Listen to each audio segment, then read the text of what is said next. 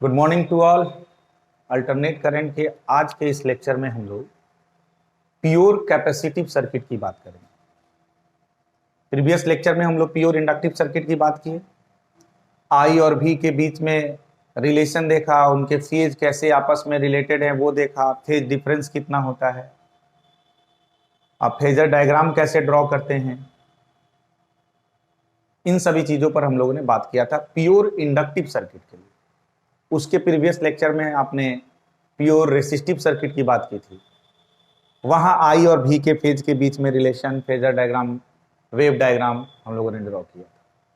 तो चलिए आज का लेक्चर स्टार्ट करते हैं प्योर कैपेसिटिव सर्किट से। बेटा प्योर कैपेसिटिव सर्किट का मतलब क्या हुआ?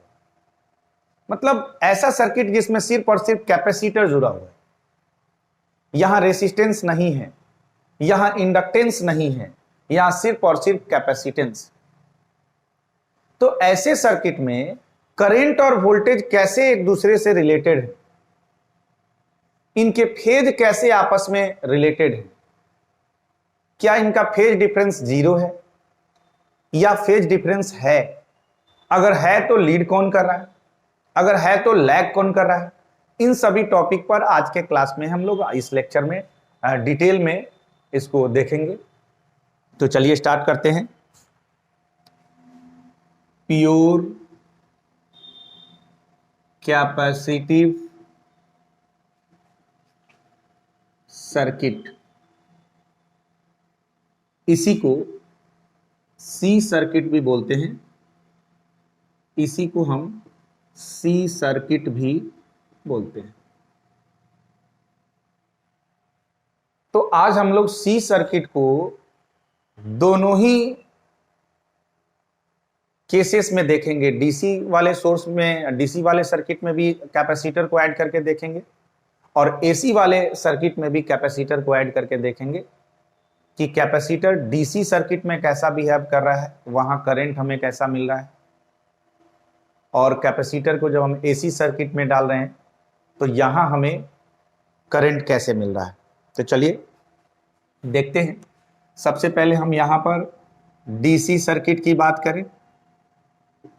अब डीसी सर्किट में क्या होता है ये कहानी पहले पूरा समझते हैं कि एक कैपेसिटर डीसी सर्किट में कैसा बिहेव करेगा।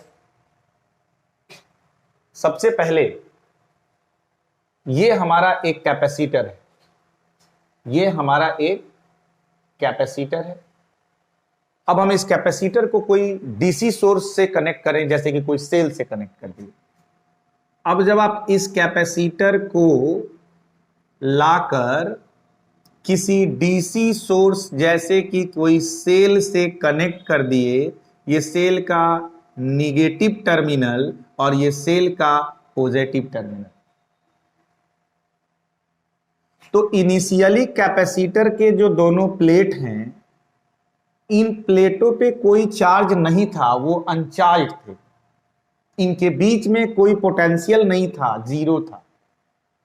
बट जो ही आपने इसको डीसी सोर्स जैसे कि कोई सेल से कनेक्ट किया, ये प्लेट चार्ज होने लगेंगे और इसके बीच में पोटेंशियल डेवलप होगा।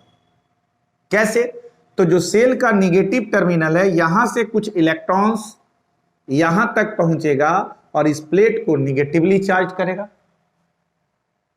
अच्छे से समझ लेना, यहां से कुछ इलेक्ट्रॉन्स निकलेगा जो प्लेट के इस प्लेट तक पहुंचेगा कैपेसिटर के, और इसको कर देगा निगेटिवली चार्ज। ठीक है ना? और इसी कैपेसिटर का जो सेकंड प्लेट है, यहां से कुछ इलेक्ट्रॉन्स इधर अट्रैक्ट होगा और पॉजिटिव टर्मिनल तक आएगा, और जब इलेक्ट्रॉन्स यहां से निकल कर आएगा तो ये बन जाएगा पॉजिटिवली चार्ज। तो बेटा पहले ये प्लेट चार्ज था क्या? नहीं था। डीसी सोर्स से जब आपने इसको कनेक्ट किया, डीसी सोर्स से जब आपने इसको कनेक्ट किया तो ये सबसे पहला चेंजिंग हमें ये दिखा कि प्लेट चार्ज हो गया और यहां कुछ पोटेंशियल भी डेवलप हुआ होगा। तो हम ऑब्जर्व करते हैं कि जब इसका पोटेंशियल डेवलप होना शुरू होता है और जब ही इसका पोटेंशियल इसके पोटेंशियल के इक्वल होता है तो इस सर्किट में करंट का फ्लो रुक जाता है। इस सर्किट में करंट का फ्लो रुक जाता है। मतलब एक डीसी सर्किट में अगर कैपेसिटर को डाले तो हमें कंटिन्यूअस करंट नहीं मिलेगा, हमें कंटिन्यूअस करंट नहीं मिलेगा। बट अगर यहां पे कोई गैल्वेनोमीटर तुम ऐड कर दो तो तुम ऑब्जर्व करोगे कि शुरू में इलेक्ट्रॉन का तो मूवमेंट ऐसा हो रहा है एंटी क्लॉकवाइज, हम जानते हैं इलेक्ट्रॉन्स के मूवमेंट का अपोजिट डायरेक्शन में हमको करंट मिलेगा, तो एक मोमेंट्री करंट तुमको दिखेगा। कुछ इंस्टेंट के लिए जो गैल्वेनोमीटर है वो डिफ्लेक्शन शो करेगा और उसके बाद जीरो हो जाएगा। इसका नेक्स्ट स्टेप क्या होगा कि नेक्स्ट टाइम ये जीरो रहेगा, ये हमारा प्लेट हो गया, ये निगेटिवली चार्ज हो रखा है, ये पॉजिटिवली चार्ज हो रखा है, और इनका जो पोटेंशियल है वो इस सेल के पोटेंशियल के इक्वल हो गया।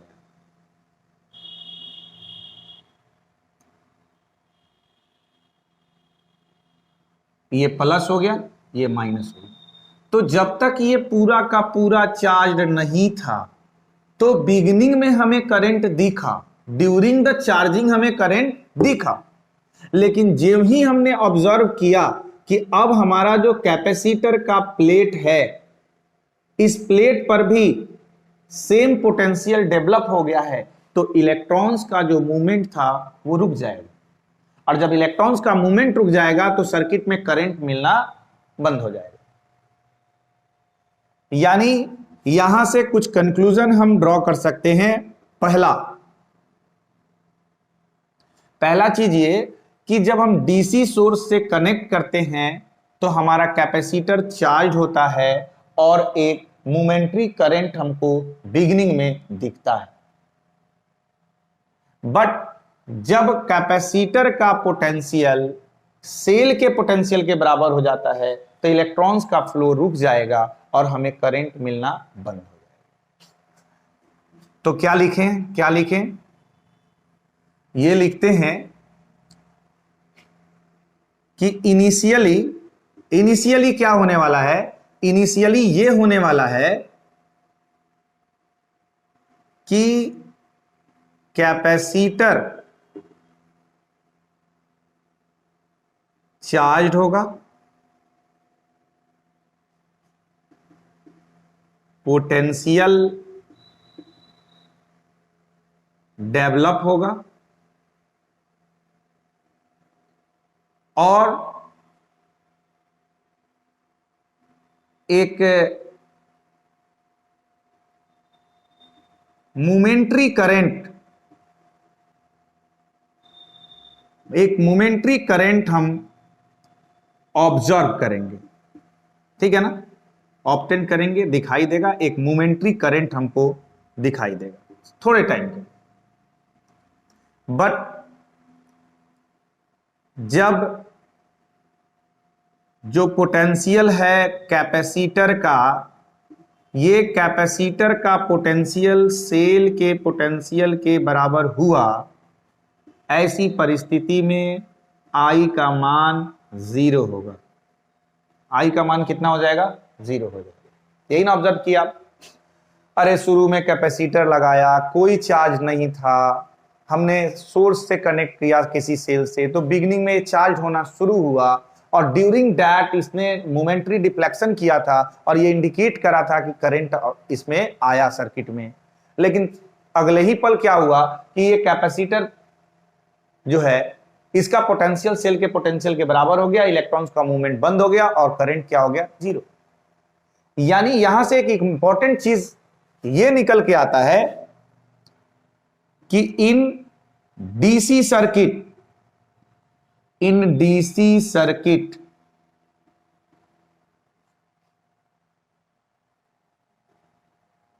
we cannot get I continuous, मतलब कंटिन्यूअस करंट हम नहीं ले सकते, एसटीडी करंट नहीं ले सकते। I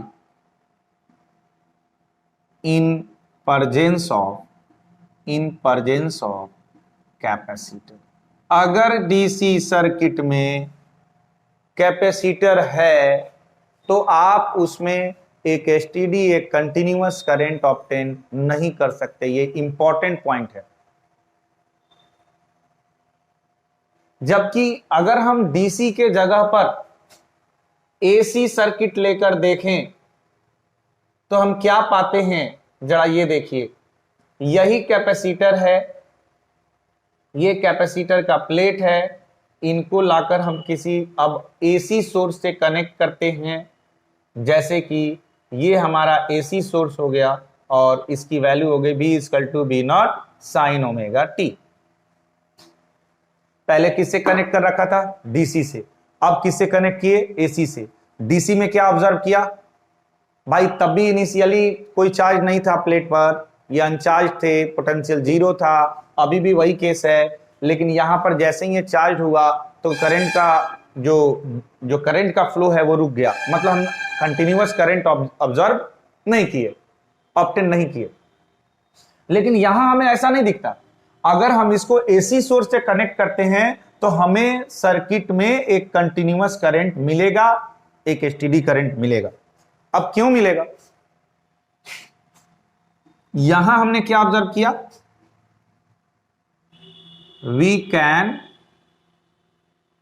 गेट या ऑब्टेन्ड आई कंटिन्यूअस। हम कंटिन्यूअस आई जो है ऑब्टेन कर लेंगे, आई कंटिन्यूअस हम ऑब्टेन कर लेंगे, आई कंटिन्यूअस हम ऑब्टेन कर लेंगे।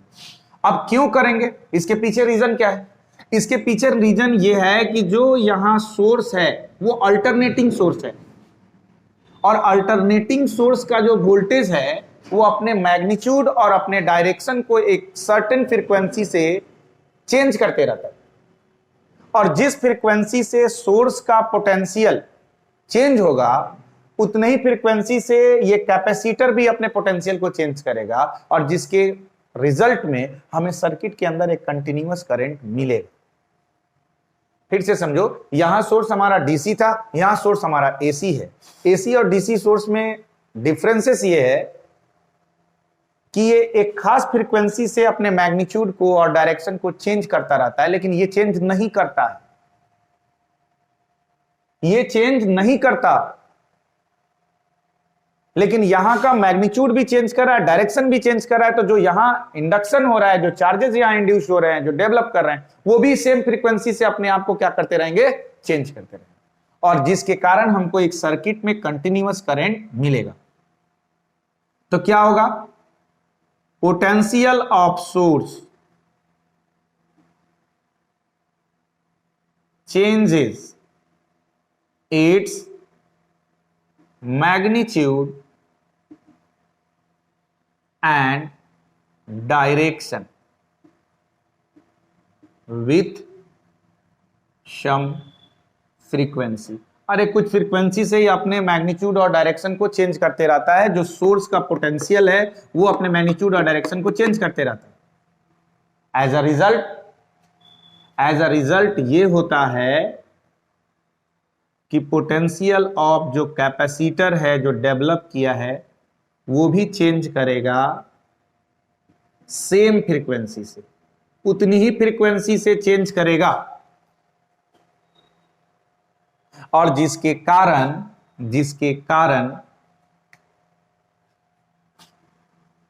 हम आई कंटिन्यूअस ऑब्टेन करेंगे। जो आई कंटिन्यूअस हमें मिला है उसका कारण यही है।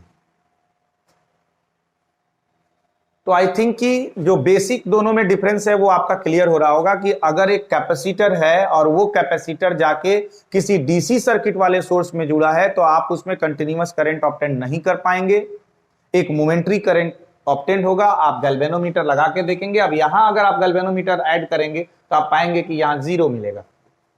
शुरुआत में एक मोमेंटरी डिफ्लेक्शन हुआ, करंट के प्रेजेंस को दिखाया, लेकिन यहां करंट कितना हो गया? 0।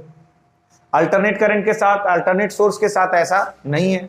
इसकी फ्रीक्वेंसी लगातार एक सर्टेन, इसका जो मैग्नीट्यूड और डायरेक्शन है वो लगातार एक सर्टेन फ्रीक्वेंसी से चेंज होता रहता है, और जिसके कारण इसके भी यहां भी जो पोटेंशियल डेवलप हुआ है वो भी सेम फ्रीक्वेंसी से चेंज होगा, यहां जो इंडक्शन हो रहा है वो भी सेम फ्रीक्वेंसी से चेंज होगा। और यही रीजन है कि इसमें कंटिन्यूअस करंट हमको मिलता रहेगा। इट मीन्स दैट कि आप किसी डीसी सर्किट में कैपेसिटर के साथ करंट को एक्सपेक्ट नहीं कर सकते। डीसी सर्किट में यदि कैपेसिटर आ गया तो आप करंट को एक्सपेक्ट नहीं कर सकते, लेकिन अगर सर्किट हमारा एसी है तो कैपेसिटर आने से इसको कोई फर्क नहीं पड़ेगा, आपके सर्किट में कंटिन्यूअस करंट मिलेगा। अब करना क्या है कि भी तो हमें मालूम हो गया, अब इसमें कंटिन्यूअस जो करंट मिलेगा उसी करंट को निकाल कर देखना है, उसी करंट को निकाल कर देखना है कि वो करंट का फेज इस पोटेंशियल के फेज से सेम है या फेज में डिफरेंस है। अगर डिफरेंस है तो वो लीड कर रहा है कि लैग कर रहा है। बोल भाई, समझ में आया कि नहीं आया? बोर तो नहीं हो रहे हो? समझ में आ रहा है ना? अरे टॉपिक है आज का प्योर कैपेसिटिव सर्किट, जिसको सी सर्किट बोलते हैं। मतलब ऐसा सर्किट जिसमें सिर्फ और सिर्फ कैपेसिटर जुड़ा हो। हमने क्या किया कि कैपेसिटर को पहले डीसी सर्किट में डाला, फिर एसी सर्किट में डाला। हम चाह रहे थे कि दोनों में डिफरेंसेस देखें। जब हम डीसी सर्किट में डाले तो हमने देखा कि हम एक कंटिन्यूअस करंट ऑब्टेन नहीं कर पाएंगे, एक लगातार एक स्टेडी करंट हमको नहीं मिलेगा। उसका रीजन भी हमने एक्सप्लेन कर दिया कि अगर कैपेसिटर चार्ज होगा शुरू में, और चार्ज होने से पोटेंशियल डेवलप होगा, और पोटेंशियल डेवलप होने से क्या होगा, एक मोमेंटरी करंट शुरू में हमें मिलेगा। लेकिन ज्यों ही कैपेसिटर का पोटेंशियल सेल के पोटेंशियल के बराबर हुआ, जैसे ही कैपेसिटर का पोटेंशियल सेल के पोटेंशियल के बराबर हुआ, करंट कितना हो जाएगा? जीरो। मतलब एक गैल्वेनोमीटर आप लगाओगे तो शुरुआती दौर में इसमें आप डिफ्लेक्शन पाओगे, एक मोमेंटरी डिफ्लेक्शन इसमें होगा, लेकिन बाद में ये कितना पर आ जाएगा? जीरो पर आ जाएगा। यानी यहां से हमने कंक्लूजन निकाला कि अगर डीसी सर्किट है और उसमें आप कैपेसिटर डाल देते हो तो आप करंट को एक्सपेक्ट नहीं करना, आपको उसमें कंटिन्यूअस करंट नहीं मिलेगा। अब जब करंट ही नहीं मिलेगा तो उनका फेज क्या कंपेयर करें? हम क्या कंपेयर करें कि फेज में डिफरेंस है कि फेज में डिफरेंस नहीं है कि क्या है? यहां तो करंट हमको मिल ही नहीं रहा। अब हम अपना बोरिया बिस्तर उठाकर और इस कैपेसिटर को लाकर एसी सर्किट में डाले। अब बोले चल भाई यहां तो दाल गलने को नहीं है, अब एसी सर्किट में घुस जाते हैं। हमने कैपेसिटर जोड़ा और इनको वायर के थ्रू किसी एसी सोर्स से कनेक्ट कर दिया, जिसका मान V = V0 sin omega T. अब गौर से हमको यह देखना है कि इसमें करंट हमको मिल रहा है कि नहीं मिल रहा। अगर इसमें कंटिन्यूअस करंट मिलेगा तब हम नेक्स्ट लेवल में जाके बात करेंगे कि उस करंट को कैलकुलेट करो और उसके फेज को इसके फेज से कंपेयर करो, फिर बतलाओ कि फेज सेम है कि फेज डिफरेंस है, और तब उनका फेजर डायग्राम, तब उनका वेव डायग्राम ये ड्रॉ करो। समझ में आ रहा है ना? तो चलिए, यहां हमने देखा कि एसी सर्किट में जब हम डालते हैं तो हमें करंट मिलता है। डीसी सर्किट में जो करंट हमें नहीं मिल रहा था, अब एसी सर्किट में हमें करंट मिल रहा है। क्यों मिल रहा है? उसका रीजन ये है कि एसी सर्किट के जो सोर्स हैं वो अपने पोटेंशियल को एक खास फ्रीक्वेंसी से चेंज करते रहते हैं। As a result of this, जो पोटेंशियल यहां डेवलप हुआ है, जो यहां इंडक्शन हुआ, जिसके कारण ये चार्ज हुआ, वो भी उसी फ्रीक्वेंसी से, सेम फ्रीक्वेंसी से चेंज करता है और सर्किट में करंट को मेंटेन रखता है। सर्किट में करंट को मेंटेन रखता है। यानी यहां से एक कंक्लूजन तो आ गया बेटा कि करंट यहां मिलेगा, करंट यहां नहीं मिलेगा। तो इसको अब हम छोड़ें और यहां पहुंचते हैं कि अगर यहां करंट मिलेगा तो उस करंट को निकालो, और उस करंट को निकाल के तब हम कंपेयर करें किसके साथ? V के साथ, कि फेज में क्या रिलेशन है और क्या रिलेशन नहीं। तो एक चीज तो यहां और चीज आप ऑब्जर्व करेंगे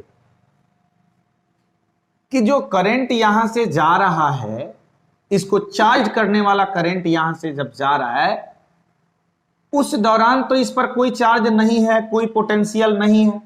मैक्सिमम करंट जब यहां से निकला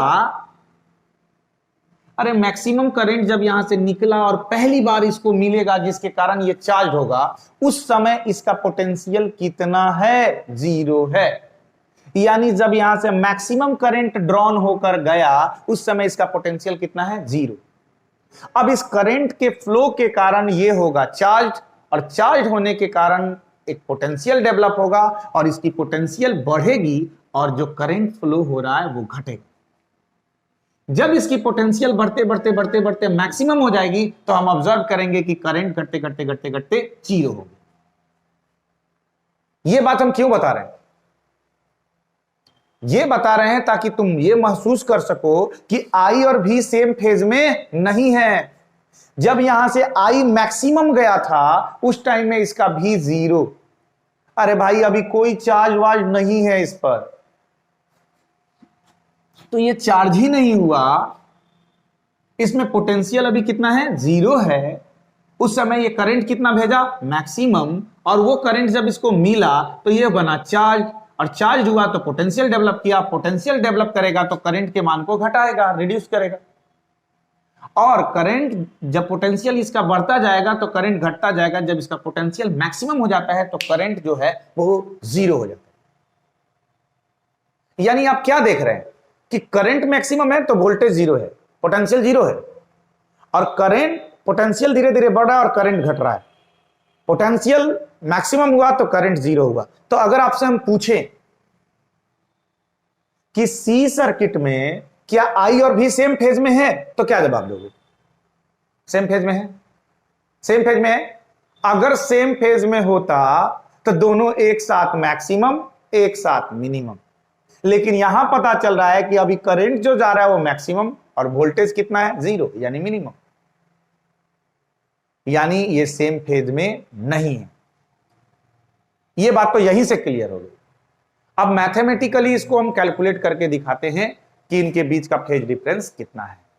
थ्योरेटिकली तो यही क्लियर हो गया कि भाई भी इतना है और ये आई कंटिन्यूअस इसमें मेंटेन कर देगा, लेकिन वो आई इस भी के फेज में नहीं।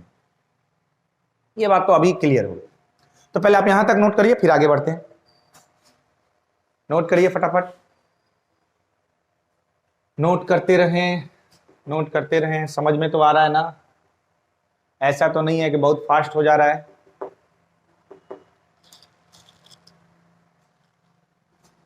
बताते रहना भाई, अगर फास्ट होगा तो बतलाना, कमेंट करना।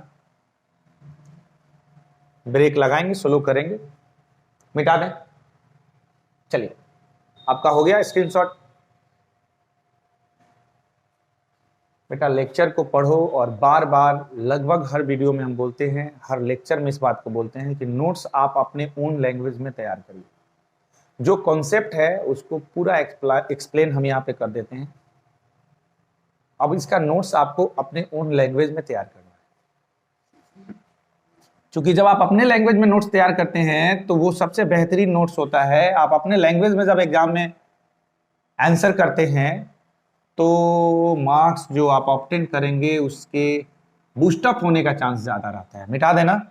तो चलिए, रिजल्ट ये मिला कि डीसी सर्किट में भूल के भी कैपेसिटर को नहीं डालना, क्योंकि अगर डीसी सर्किट में कैपेसिटर को डाले तो वो करंट नहीं देगा, सर्किट में कंटिन्यूअस करंट नहीं मिलेगा, और जब करंट ही नहीं मिलेगा तो हम क्या फेज का रिलेशन देखें कि फेज ज्यादा होगा, फेज सेम होगा, फेज कम होगा, क्या देखेंगे? हाँ, जब एसी सर्किट में हमने डाला तब देखा कि हाँ यहां पे हमको करंट मिल रहा है, तो अब आइए उस करंट को ऑब्टेन करते हैं। इसको भी यहां से मिटा दें। आइए, अगर उसी सर्किट को मैं यहां पे बना दूं, इसको लाके किसी अल्टरनेट सोर्स से कनेक्ट कर दिए, V equals to V nought sine omega T. अब यहां से I निकालना है। उसी जगह तक आ गए जहां तक हम प्रीवियस लेक्चर में आपको बतलाए थे कि कोई भी सर्किट हो, काम आपको एक ही करना है कि V के सोर्स से कनेक्ट करो और I कैलकुलेट करो, एंड देन आफ्टर हम फेज में कंपैरिजन करेंगे कि फेज इसका लीड कर रहा है कि लैग कर रहा है कि क्या कर रहा है। तो यहां अब हमारे पास टारगेट है कि बेटा आई कैसे निकाले, आई कैसे निकाले। अगर आप पढ़ रहे हैं तो वीडियो को यहीं पे रोकिएगा और रोककर खुद से दिमाग लगाइए, खुद से ट्राई करने का प्रयास करिए कि आई कैसे निकालेंगे। एंड देन आफ्टर वीडियो को कंटिन्यू करके देखिएगा कि आप सही जा रहे हैं कि नहीं जा रहे हैं। क्योंकि देखो एक्चुअल में होता क्या है कि अब कोई लेक्चर तुम देखो, अब हम लोग एक्सप्लेन कर रहे हैं, हर स्टेप को तोड़ तोड़ कर बतला रहे हैं, तो ये सब चीज तो बट नेचुरल है कि तुमको समझ में आएगा। लेकिन मैं प्रीवियस कुछ लेक्चर पहले भी इस बात पे चर्चा किया था कि हमें मालूम है कि हम यहां इंटीग्रेट करेंगे, आपके टीचर को मालूम है कि यहां इंटीग्रेट करना है, उन्हें मालूम है कि यहां कंस्ट्रक्शन करना है, उन्हें मालूम है कि यहां हमको डिफरेंशिएट कर देना है, उन्हें मालूम है कि यहां हमको इंडक्शन का फेनोमेना यूज करना है, हमको इंड्यूस्ड ईएमएफ निकालना है। आपको कैसे मालूम होगा? एग्जाम में तो आपको क्वेश्चन को फेस करना है, क्वेश्चन को आपको सेल्फ उसको वहां पे सॉल्व करना है। तो जो चीजें हम लोग यहां से एक्सप्लेन कर रहे हैं, बतला रहे हैं, तो जो मेरे माइंडसेट में आ रहा है, कोई नीड हमको लग रहा है कि अब अगला स्टेप में हम ये हमें करना चाहिए, तो ये कॉन्सेप्ट आपके पास भी होना चाहिए। जब आपके ओन आप इस कॉन्सेप्ट को डेवलप करेंगे तभी जाके आप क्वेश्चन को फेस करेंगे।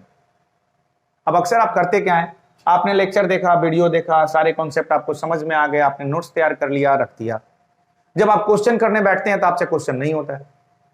रीजन क्या है कि आपने उतना ही पढ़ा जितना आपको लेक्चर में बताया गया। अब आप जब नोट्स तैयार कर रहे हैं तो उस पर कुछ अपना भी दिमाग लगाइए।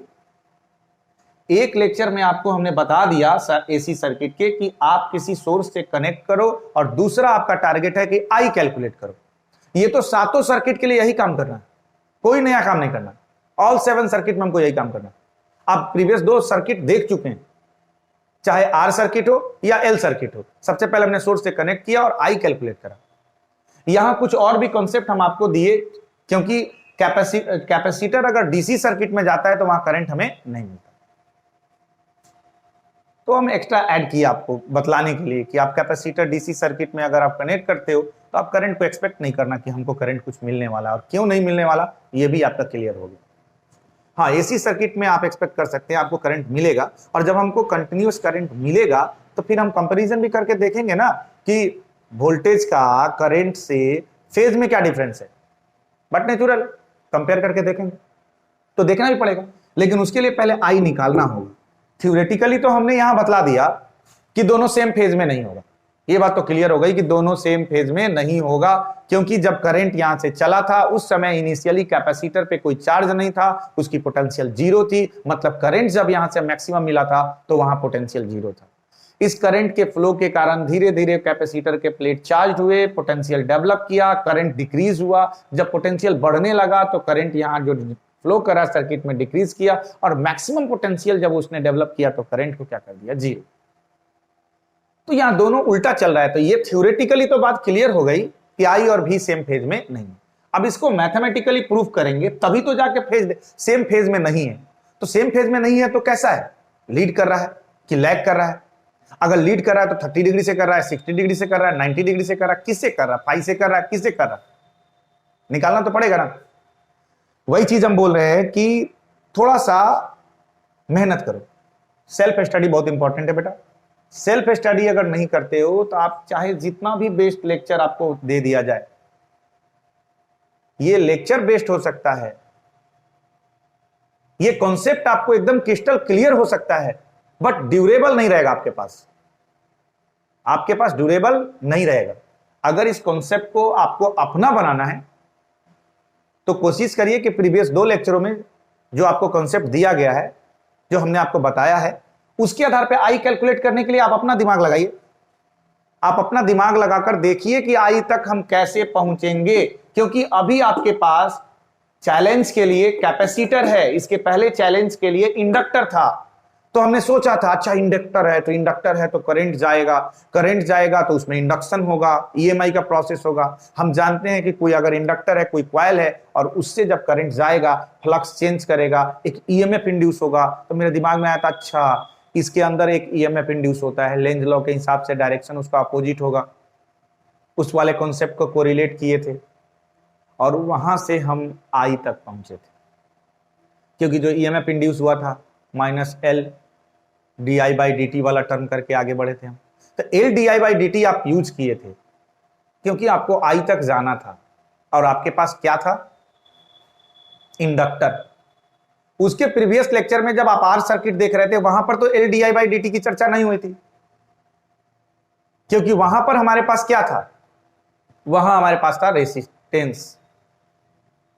तो हम वहां पे रेसिस्टेंस वाले कॉन्सेप्ट से आई तक पहुंचने का प्रयास किए थे और हमने क्या यूज किया था, V = IR। तो V = IR जब हम यूज किए, क्योंकि वहां पे रेसिस्टर था, ईएमएफ जो इंड्यूस होता है तो उसके लिए हम L di/dt यूज किए थे, क्योंकि वहां पर हमारे पास इंडक्टर था। तो अभी आपके पास टारगेट में सर्किट के अंदर क्या है, कैपेसिटर है। आप एक कैपेसिटर से आई तक कैसे पहुंचोगे, ये सोचो सोचो सोचो। जब आप कैपेसिटर पढ़े होंगे तो आपको मालूम होगा कि कैपेसिटर चार्ज होता है, चार्ज जब होगा तो उसकी पोटेंशियल बढ़ेगी वगैरह वगैरह। एक कैपेसिटेंस का कॉन्सेप्ट भी आपके पास आया होगा। तो जो पोटेंशियल ये डेवलप कर रहा है, क्या आप उस पोटेंशियल को निकाल सकते हो,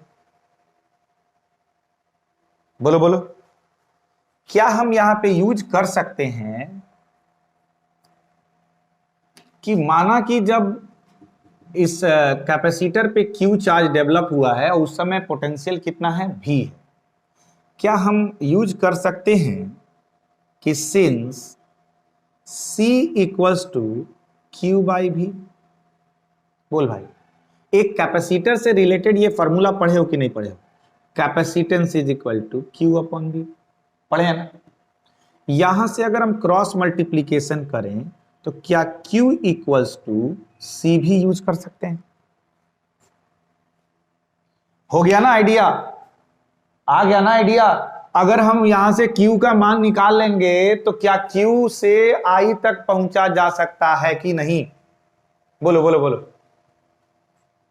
चलो Q = C और यहां जो हमने V लिया है उसका मान कितना है, V0 sin ωt। आ रहा है समझ में, आ रहा है समझ में।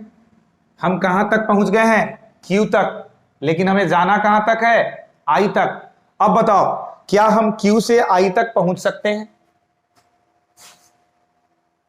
कमेंट बॉक्स में डालिएगा। वो कौन सा फॉर्मूला है, वो कौन सा कॉन्सेप्ट है जिसके इस्तेमाल करने से हम इस Q से I तक पहुंच सकते हैं, क्योंकि हमारी मंजिल I है। हम I निकालेंगे फिर उसका कंपैरिजन करेंगे किससे, V के साथ। तो बउआ जी आपको मालूम है I = dQ/dt, मालूम है ना, नहीं दिख रहा, चलो इधर लिख देते हैं। I =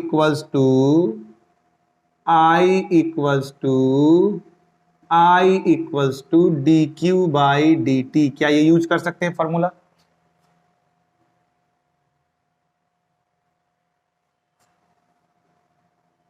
यहां तक आपको पहुंचना चाहिए था, यहां तक आपको सोचना चाहिए था। क्योंकि ऐसा नहीं है कि आप एसी जो ये चैप्टर है अल्टरनेट करंट वो डायरेक्ट पढ़ रहे हैं। इसके पहले आप कैपेसिटर पढ़ चुके हैं, इसके पहले आप इंडक्शन वाला चैप्टर पढ़ चुके थे, इसके पहले आप ये करंट चैप्टर पढ़ चुके थे, उसमें रेसिस्टेंस का कॉन्सेप्ट, रेसिस्टर का कॉन्सेप्ट पढ़ चुके थे। तो यहां तक आपको सेल्फ पहुंचना पड़ेगा। चलो ये कोई डेरिवेशन है, ये कोई कॉन्सेप्ट है, तो फिर भी यहां डील कर दिया गया, आपको समझ में आ जाएगा। बट अगर कोई न्यूमेरिकल इस पर आता है, कोई क्वेश्चन आता है, तो उसकी सीमा नहीं है कि वो कहां से आएगा, किस तरीके से आएगा, कितना उसको मतलब घुमाकर क्वेश्चन दिया जाए, इसकी कोई सीमा नहीं। तो उस तक तो आपको खुद पहुंचना होगा। अब ऐसा कोई टीचर नहीं है जो आपको ये बतला दे कि बेटा ऐसा है ना कि इस टॉपिक पर यही 7 न्यूमेरिकल आएंगे, 8वां कोई न्यूमेरिकल बना ही नहीं सकता, ऐसा तो है नहीं। उसको जितना आप कॉम्पिटिटिव लेवल में क्या होता है कि आप और ज्यादा उसको घुमाते हैं क्वेश्चन को, मतलब आपका ब्रेन चेक करते हैं। डायरेक्टली हमने डाटा नहीं दिया, इनडायरेक्टली घुमा कर दिया। अब उसका प्रिडिक्शन पहले से तो करना मुश्किल है। अगर आप सेल्फ स्टडी करेंगे और इन सभी जो प्रीवियस टॉपिक है उन पर अच्छा से आपका रिवीजन होगा, कमांड होगा, तो पहले सेल्फ डेवलप करो ये टेंडेंसी कि किसी क्वेश्चन तक पहुंचे। बिगिनिंग में क्या होगा कि ठीक है गलत होगा लेकिन ट्राई तो करें पहले। गलत होगा तो होगा, ट्राई तो करें। आज आपने सपोज कि 10 स्टेप में ट्राई किया क्वेश्चन को और आपसे नहीं हो पाए, देन आफ्टर अगर आप वीडियो में आगे बढ़ के सॉल्यूशन देखते हैं, उसका एक्सप्लेनेशन देखते हैं, तो आपको कम से कम इतना तो समझ में आएगा कि आप घूम कहां रहे थे और आपको जाना कहां था। नेक्स्ट टाइम अगर वो क्वेश्चन आपको हिट करेगा तो ये जो आज आपने मेहनत किया है ये वहां तक निश्चित रूप से याद रहेगा कि अरे यार सेम टाइप का क्वेश्चन आया था, हम उधर घूम रहे थे, हमने ये गलती करी थी। तो नेक्स्ट टाइम वो गलती होने का चांस कम है। लेकिन अब सिंपल सी बात है कि अगर सीधा आपने पूरे कॉन्सेप्ट को देखा, बस नोट कर लिया, नोट्स तैयार कर लिया, दैट्स ऑल, हमने 2 4 5 क्वेश्चन बनवा दिया, वो 5 क्वेश्चन भी आपने नोट कर लिया और उसी 5 क्वेश्चन को प्रैक्टिस कर रहे हैं, तो फिर कुछ नहीं होने वाला भाई, फिर कुछ नहीं होने वाला है, ये बात तुम समझ लो। मेहनत तो करना ही होगा सेल्फ। तो चलो आगे बढ़ते हैं। I = dq/dt, इस वाले फॉर्मूला को हम यूज करके I तक पहुंच सकते हैं। तो चलो I = d और Q के जगह पे क्या लिखें?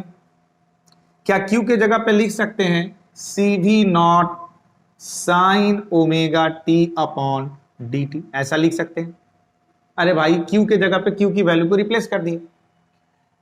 क्या अब हम यहां पे ऐसा लिख सकते हैं कि I = C बाहर V0 बाहर d sin ωt/dt लिख सकते हैं? फिर I = C V0, क्या यहां पर cos ωt.ω लिख सकते हैं?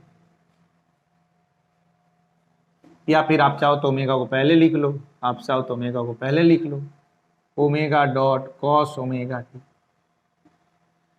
क्या इसको बाहर हम निकालें तो I = C ω.V0 cos ωt।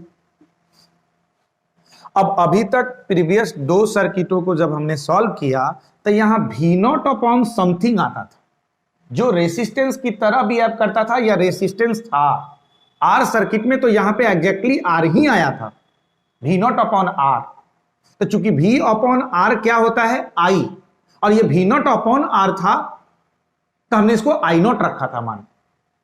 फिर जब हम L सर्किट में आए थे तो आपको याद होगा ये आया था V0/Lω, वहां भी अपॉन में समथिंग आया था जो जस्ट लाइक रेसिस्टेंस काम करता था, तो हमने उसको इफेक्टिव रेसिस्टेंस बोला था जिसका नाम हम इंडक्टिव रिएक्टेंस दिए थे।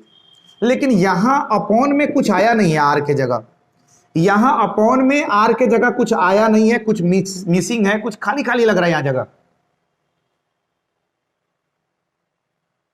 तो कुछ दिमाग लगाना होगा। क्या हम इसको, अब हर चीज दिखता नहीं है भाई, होता है दिखता नहीं है यहां दिख नहीं रहा, बस अब नजरिया बदल देना, सब दिखने लगेगा। यहां है, चलो दिखाते हैं कैसे है। क्या इसको हम I =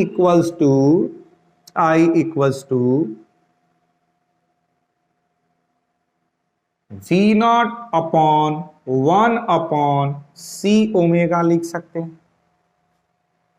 अरे ये फिर से ऊपर चला जाएगा ना, और यहां हो जाएगा V0 cos ωt। बोलिए बोलिए बोलिए, बाउंस तो नहीं मारा? समझ में आया क्या किए? अरे भाई V0 समथिंग रहता ना तो एक फीलिंग आती है, अच्छा V/R वाला है कॉन्सेप्ट, तो हम उसको रिप्लेस करते आई से।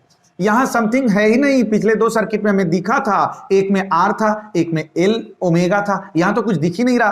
तो है ये सी ओमेगा जो टर्म है, क्या इसको 1 अपॉन सी ओमेगा नीचे लिख सकते हैं, फिर से ये ऊपर जाएगा तो हो जाएगा सी ओमेगा वी नॉट।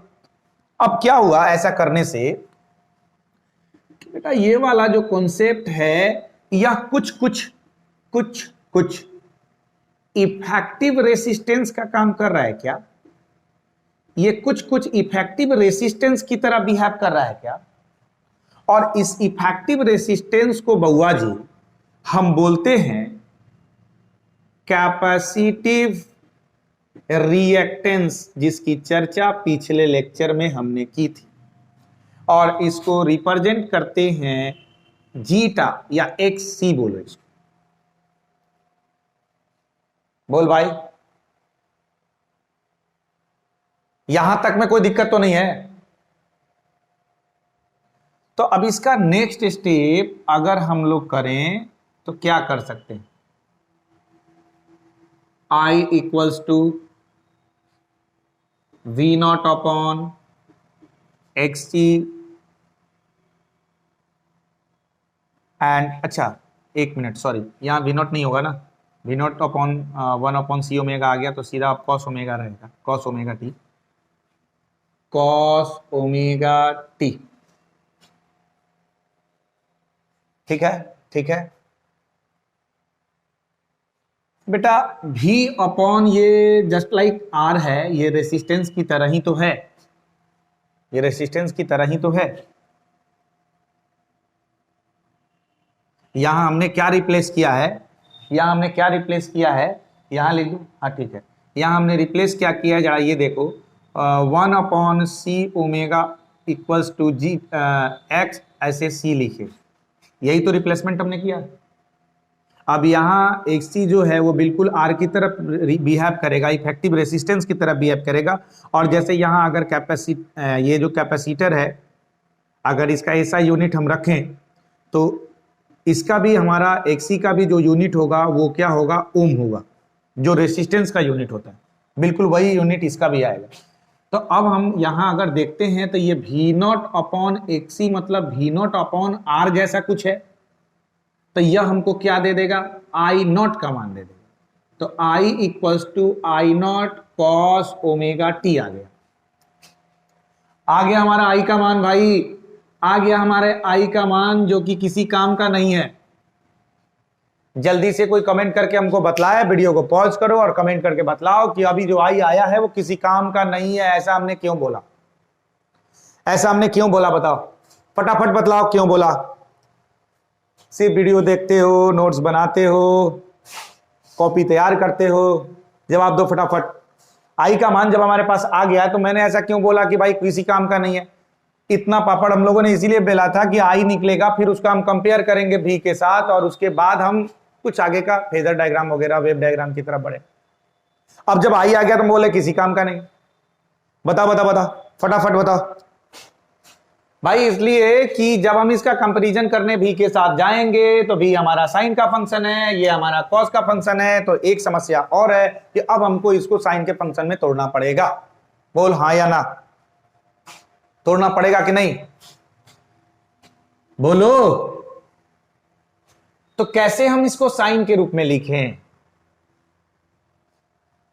तो sine 90 minus theta equals to cos theta, या साइन 90 प्लस थीटा भी यूज कर सकते हैं। पिछले लेक्चर में प्योर इंडक्टिव वाले में हमने साइन 90 माइनस थीटा वाला कॉन्सेप्ट लिया था, π/2 माइनस ओमेगा टी यूज किया था।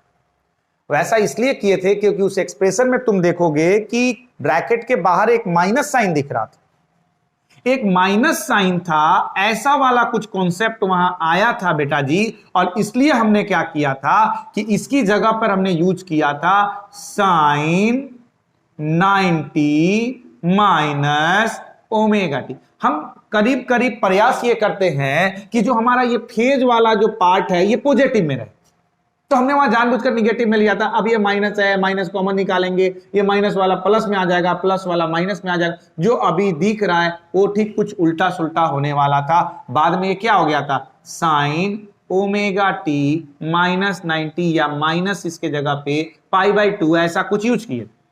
लेकिन अब की बार तो हमारे पास माइनस में कुछ नहीं है, अब की बार तुम माइनस वाला ये टर्म अगर ले लेते हो तो ये फेज वाला टर्म किस में चला जाएगा? निगेटिव में चला जाएगा। तो अब की बार हम ऐसा कुछ नहीं करने वाले, अब की बार हम प्लस वाला ही टर्म लेंगे। तो क्या हम इसको ऐसा लिख सकते हैं, I equals to I not sine 90 plus omega T, ऐसा लिख सकते हैं। या फिर इसको ऐसा भी लिख सकते हैं, ओमेगा टी प्लस 90। अब जो हमारे पास स्टेप आया है, ये हमारे काम का स्टेप है। ये भी साइन का फंक्शन है, ये भी साइन का फंक्शन है। तो अब हम इन दोनों को कंपेयर चाहें तो कर लें, इक्वेशन 1 और इक्वेशन 2 बनाकर। बोलो क्या दोनों सेम फेज में है? इस वाले एक्सप्रेशन में देखो फेज कितना है, ओमेगा टी, और इस वाले एक्सप्रेशन में फेज कितना है, ओमेगा टी प्लस 90। तो हमने थ्योरेटिकली आपको बतलाया था ना कि करंट जब मैक्सिमम है तो पोटेंशियल जीरो है, यानी करंट और पोटेंशियल सेम फेज में नहीं है। वो बात यहां पे आ भी गई स्पष्ट। करंट का फेज है ओमेगा टी प्लस 90 और पोटेंशियल का फेज है ओमेगा टी, मतलब इसके फेज से वो लीड कर रहा है, 90 डिग्री से लीड कर रहा है। तभी तो जब करंट हमारे पास था तो पोटेंशियल कितना था, जीरो, क्योंकि लैगिंग में है, ये लैग कर रहा है। तो अब आसानी से इसका फेजर डायग्राम भी ड्रॉ कर सकते हैं और आसानी से वेव डायग्राम भी ड्रॉ कर सकते हैं। तो मैथमेटिकली हम आई और भी को आपस में कंपेयर करके देख लिए कि आई और भी के बीच में जो फेज है वो फेज सेम नहीं है, यहां फेज डिफरेंस जीरो नहीं होगा, यहां फेज डिफरेंस कितने का आया है, 90 का। चलो यहां पे फेज डिफरेंस निकालो। तो फेज डिफरेंस कितने का आ रहा है, यहां ओमेगा टी प्लस 90 और यहां ओमेगा टी, अगर फेज में डिफरेंस करें तो कितने का आएगा, 90 का आएगा। फेज डिफरेंस जीरो नहीं है, मतलब एक साथ मैक्सिमम और एक साथ मिनिमम नहीं होने को है। एक मैक्सिमम पे रहेगा तो एक मिनिमम पे रहेगा, एक मिनिमम पे रहेगा तो एक मैक्सिमम पे रहेगा। अब इनका फेजर डायग्राम हम लोग ड्रॉ करके देखेंगे, तत्काल आप यहां तक आइए। फटाफट स्क्रीनशॉट ले लो, ले लो, ले लो। आपका फेवरेट काम है, आपका सबसे फेवरेट काम है, स्क्रीनशॉट ले लीजिए, फिर बैठ के इसको फेयर कॉपी में नोट कर लीजिएगा। Red pen, blue pen, green pen, एकदम कलरफुल, एकदम रंगीन फेयर बनाइएगा बस।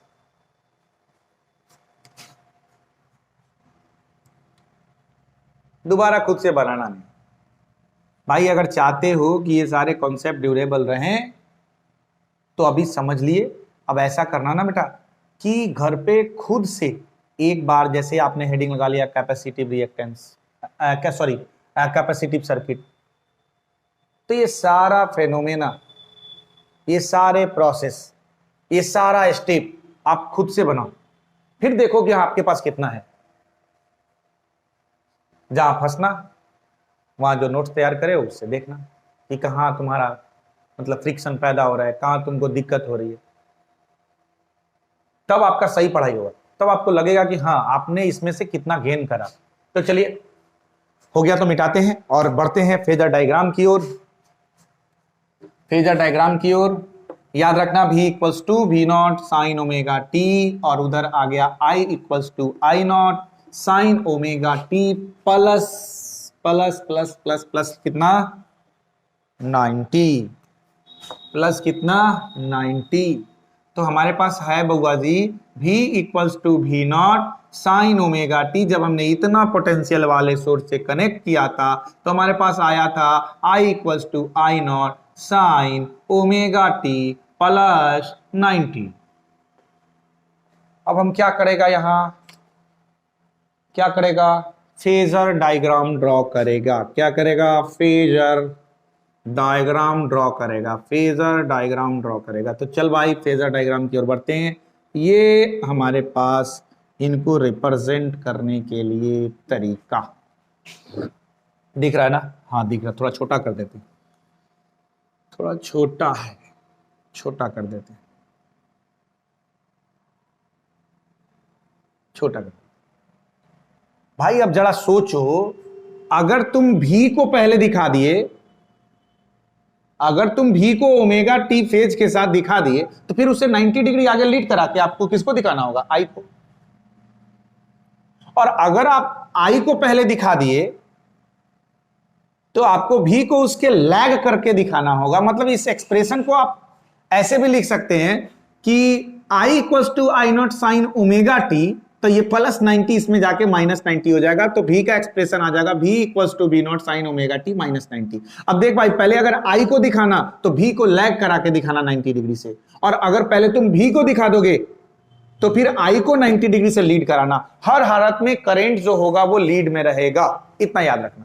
तो खैर छोड़ो, जो एक्सप्रेशन आपके सामने है हम इसी के मदद से डायग्राम बना देते हैं। तो भी इक्वल्स टू भी नॉट साइन ओमेगा टी का एक्सप्रेशन अगर हम ले जाएं तो कुछ ऐसा होगा, कुछ ऐसा होगा। ये भी नॉट को रिप्रेजेंट करता है, आपको मालूम है, यहां जो एंगल इनक्लोज्ड होगा ये ओमेगा टी होगा, और ये जो लेंथ होगा ये भी नॉट को रिप्रेजेंट करेगा। इसका जो वाई प्रोजेक्शन होगा वो इसके इंस्टेंटेनियस वैल्यू को रिप्रेजेंट करेगा, भी इक्वल्स टू भी नॉट साइन ओमेगा टी। सारी कहानी पहले हो गई है। अगर डायरेक्ट इस लेक्चर को देख रहे हैं तो डिस्क्रिप्शन बॉक्स में इस सीरीज के बाकी जो प्रीवियस लेक्चर हैं उसका लिंक आपको वहां मिलेगा। आप कम से कम एटलीस्ट इस टॉपिक को समझने के लिए एसी सर्किट के बाद के जितने लेक्चर हैं 2-3 उनको देखकर आइएगा तो आपको समझ में आएगा। ठीक है, तो चलिए स्टार्ट करें। अब आई का जो हम यहाँ रिप्रेजेंटेशन करने वाले हैं, लेंथ थोड़ा छोटा रखेंगे, पहली बात। दूसरी चीज है, ये अगर फेज ओमेगा टी है तो इससे 90 डिग्री लीड करा दो भाई, लीड करा दो 90 डिग्री। तो ये आपका 90 डिग्री लीड करके आ गया आई नॉट। बोलो समझ में आ रहा है कि नहीं आ रहा है, गलत तो नहीं हो गया? अरे इसके साथ 90 मत देख लेना, इसके साथ ओमेगा टी प्लस 90 है, इस वाले के साथ 90 डिग्री है, भी से 90 डिग्री लीड कर रहा है। अरे भी से 90 डिग्री लीड कर रहा है।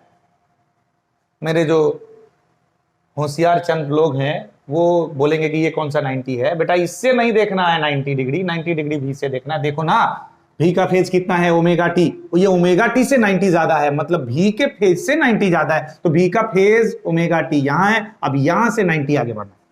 बोलो फेजर डायग्राम हो गया? हो गया। इसको सिंपली अगर दिखाना हो तो, इसको सिंपल तरीके से दिखाना हो तो क्या करेंगे? हमको यही ना दिखाना है कि आई जो है वो लीड कर रहा है। हमको दिखाना क्या है भाई? ये दिखाना कि आई लीड कर रहा है। तो चलो दिखाने का पहला तरीका ये है कि ये अगर आप भी दिखा दिए, भी नॉट, तो लीड करा दीजिए ना आई नॉट को 90 से, हो गया। और अगर आप यहां आई दिखाए रहते तो 90 से भी को लैग करा देते। हर हालत में भी आई से 90 डिग्री पीछे रहे। इसको कभी कभी ऐसा भी आप डायग्राम देखोगे कि ये अगर आई नॉट है तो ये क्या हो जाएगा, भी नॉट। अब जरा सोचो तो, ये दोनों डायग्राम को देखकर हमको जरा बताओ, क्या आई और भी दोनों सेम फेज में है? No sir.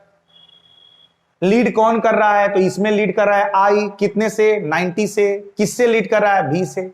इसमें लीड कौन कर रहा है? तो इसमें भी तो आगे आई ही है, किससे? तो भी से। कितना से? तो 90 से। दोनों बात बराबर है। तो ये सिंपल डायग्राम है। अच्छा चलो अब इसका जरा वेव डायग्राम बना लेते हैं। वेव डायग्राम बना लेते हैं। प्यारा वाला डायग्राम है ये, बहुत अच्छा नागिन वाला डायग्राम है ये। डायग्राम नागिन वाला डायग्राम है, बहुत बेहतरीन डायग्राम है। इस पर हमने टाइम को दिखा दिया। अब जरा सोचो, अगर टाइम को 0 कर दें तो भी तो अपना 0 हो जाएगा, नहीं होगा? अरे टाइम को यदि 0 कर दें तो भी तो अपना 0 हो जाएगा। टाइम 0 होगा तो पूरा टर्म 0 हो जाएगा, साइन 0 हो जाएगा तो पूरा का पूरा 0 हो जाएगा ना टर्म। इसका मतलब एट t इक्वल्स टू 0 भी जो है वो हमारा 0 से शुरू होगा। ऐसे नागिन नागिन गाना सुना है ना, नागिन नागिन, वही वाला नागिन नागिन करना बस।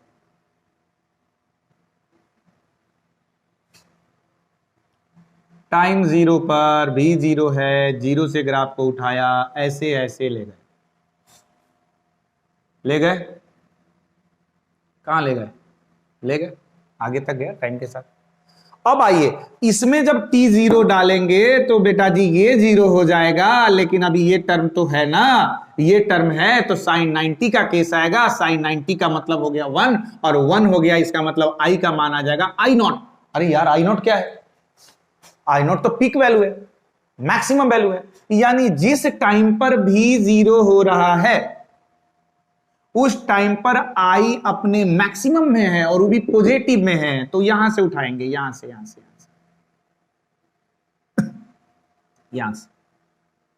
से उठाएंगे, पॉजिटिव है, आई पॉजिटिव में मैक्सिमम पर है। और जब भी मैक्सिमम आया, ई क्या है बाबू? भी नॉट है। तो उस दौरान आई क्या होगा? मिनिमम हो जाएगा, घट के ऐसा आएगा, ऐसा घट के जीरो हो जाएगा। और जब ये घटते घटते जीरो है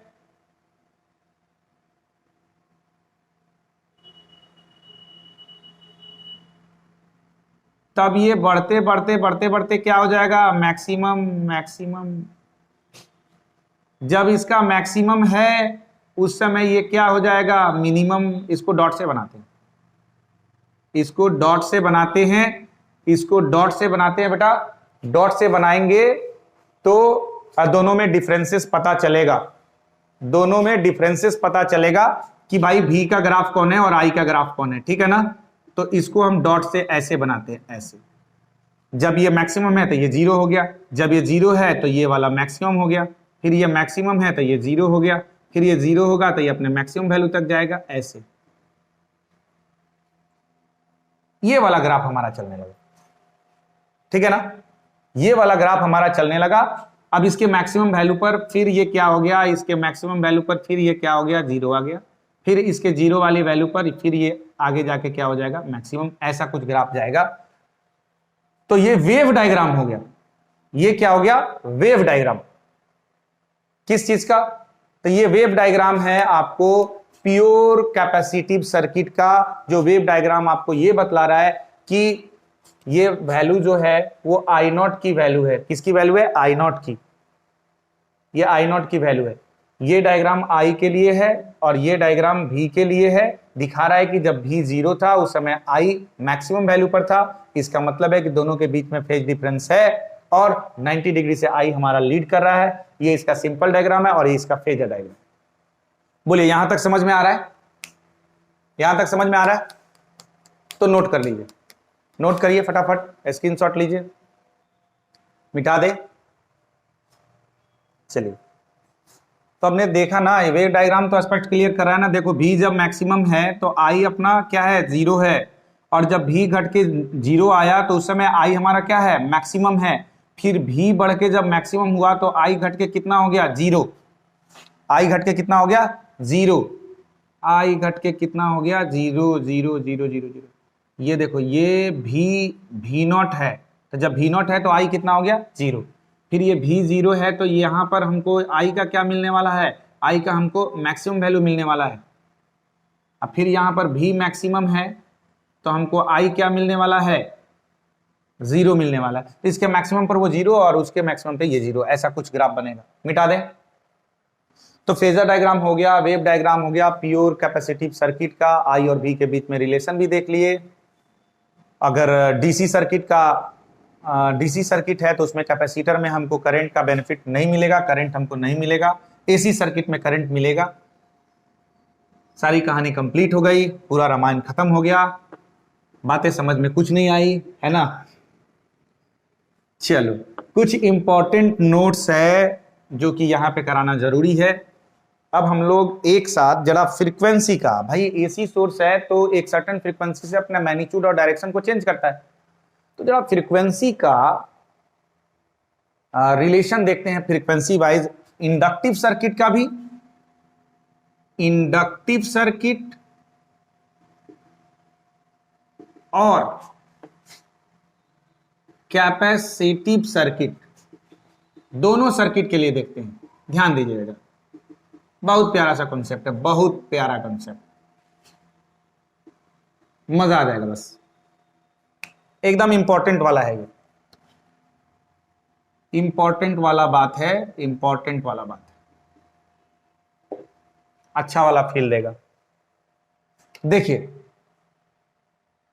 जब हम इंडक्टिव सर्किट को डील कर रहे थे तो वहां पर हमारे पास इंडक्टिव रिएक्टेंस का फॉर्मूला, इंडक्टिव रिएक्टेंस का formula x L zeta x L बराबर क्या आया था? तो आपको अगर याद हो, एल ओमेगा आया था, ठीक है ना? अगर हम इसको लिखें तो क्या लिख सकते हैं? एल ओमेगा के जगह पे 2 पाई एफ, जहां एफ क्या होगा? फ्रीक्वेंसी होगी। बोल भाई, अरे फ्रीक्वेंसी के टर्म में इतना लिख सकते हैं कि नहीं लिख सकते? लिख सकते हैं ना? अरे ओमेगा की जगह पे 2 pi by T 1 by T F में बदल गया, फ्रीक्वेंसी में कन्वर्ट हो गया, क्योंकि 1 by T 1 upon time period तो फ्रीक्वेंसी देता है, टाइम पीरियड का रेसिप्रोकल। पढ़ के आए हो ना? 9 10 पढ़े हो कि नहीं पढ़े हो? अब एक बात बताओ, क्या इसको हम ऐसे लिख सकते हैं कि एक्सएल जो है वो डायरेक्टली प्रोपोर्शनल है फ्रीक्वेंसी से? यानी इंडक्टिव रिएक्टेंस जो है, जो सर्किट में रेसिस्टेंस का काम करता है, जो एसी करंट डेवलप करता है सर्किट में, उसको रोकने का काम करता है, हर्डल पहुंचाता है, वो फ्रीक्वेंसी के डायरेक्टली प्रोपोर्शनल है। मतलब अल्टरनेट करंट की फ्रीक्वेंसी जितनी ज्यादा, एक्सएल उतना ही ज्यादा, ये इंडक्टिव रिएक्टेंस उतना ही ज्यादा होगा। अगर इसका ग्राफ आप ड्रॉ करिएगा, अगर इसका ग्राफ आप ड्रॉ करिएगा तो इसका ग्राफ ऐसे जाएगा, स्ट्रेट। और यहां जरा सोचो, यहां जरा सोचो, इंपॉर्टेंट पॉइंट। अगर फ्रीक्वेंसी बढ़ती है तो इंडक्टिव रिएक्टेंस भी बढ़ता है, अगर फ्रीक्वेंसी घटती है तो इंडक्टिव रिएक्टेंस भी घटता है। तो एट, या फिर ऐसे समझो कि फॉर डीसी करंट, भाई फॉर डीसी डायरेक्ट करंट के लिए फ्रीक्वेंसी का मान कितना होगा? 0। तो इंडक्टिव रिएक्टेंस का मान भी कितना हो जाएगा? 0। इंडक्टिव रिएक्टेंस का मान कितना हो जाएगा? 0। और इसीलिए ऐसे सर्किट में जिसमें इंडक्टर जुड़ा होता है उसमें डीसी करंट फ्लो हो सकता है। दैट्स वाई डीसी करंट, जो डीसी है, can flow through inductive circuit. Inductive circuit से डीसी करंट फ्लो कर सकता है, फ्लो कर सकता है। किससे? किससे फ्लो कर सकता है? तो through L circuit. L circuit है तो भाई डीसी जा रहा है, जा रहा है, जा रहा है, क्योंकि डीसी करंट के लिए फ्रीक्वेंसी का मान कितना हो गया? 0। और यहां इंडक्टिव रिएक्टेंस 0, मतलब करंट में कोई बाधा ना है। लेकिन जरा इसके लिए सोचो, यहां हमको अभी अभी आया XC equals to 1 upon C omega, अभी जस्ट आया था थोड़ी देर पहले। क्या हम इसको ऐसे लिख सकते हैं कि capacitive reactance equals to 1 upon C 2 pi F, frequency के टर्म? अरे ये AC का क्या है? फ्रीक्वेंसी है। क्या है? फ्रीक्वेंसी है। तो क्या इसको हम ऐसे भी लिख सकते हैं कि कैपेसिटिव रिएक्टेंस जो है वो इनवर्सली प्रोपोर्शनल है फ्रीक्वेंसी के? आया ना एक रिजल्ट?